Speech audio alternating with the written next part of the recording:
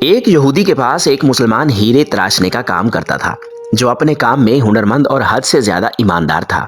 یہودی اس سنار کی کاریگری سے بے تحاشا نفع کمانے کے باوجود اسے مناسب معاوضہ ادا نہ کرتا تھا، جس کی وجہ سے وہ بمشکل اپنے گھر کا خرچہ پورا کرتا تھا۔ یوں ہی کام کرتے کرتے اس نے عمر گزار دی۔ اس کی بیٹی جوان ہو گئی۔ وہ اپنی قلیل آمدنی میں سے کچھ بھی جمع نہ کر سکا۔ بیٹی کی شادی کے لیے سنار کاریگر نے یہودی سے کچھ رقم بطور ادھار مانگی۔ کروڑ پتی یہودی نے رقم دینے سے معذوری ظاہر کر دی۔ سنار اپنی قسمت کو برا بھلا کہتا ہوا گھر لوٹ آیا۔ رقم ادھار نہ ملنے پر بیوی نے سخت ناراضگی اور تانوں کے تیر برسا کر الگ استقبال کیا۔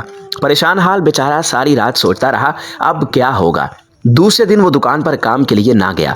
بعد میں یہودی سنار کے بلانے پر جب وہ دکان پر پہنچا تو اس کے ہاتھ میں ایک پوٹلی تھی جو اس نے یہودی کے سامنے کھول کر رکھ دی۔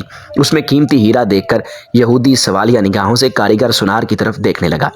کاریگر بولا، مالک یہ ہمارا خاندانی ہیرا ہے، اسے بیچنے کی اجازت نہیں، آپ اسے گروی رکھ کر مجھے کچھ رقم دے دیں، میں آپ کو رقم لوٹا کر اپنا ہیرا واپس لے لوں گا۔ یہودی راضی ہو گیا۔ مسلمان کاریگر نے قرضے کی رقم سے بیٹی کی شادی کر دی، پھر دن رات ایک کر کے قرض کی رقم آہستہ آہستہ ادا کرنے لگ گیا۔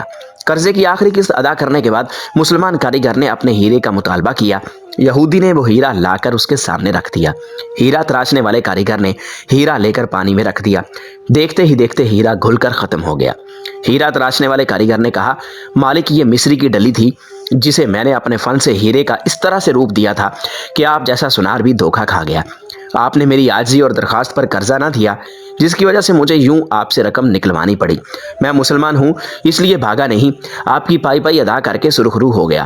افسوس ہے کہ آپ نے میری قدر نہ کی، اس لیے ملازمت چھوڑ کر جا رہا ہوں۔ کاریگر یہودی کو پریشان چھوڑ کر چل دیا۔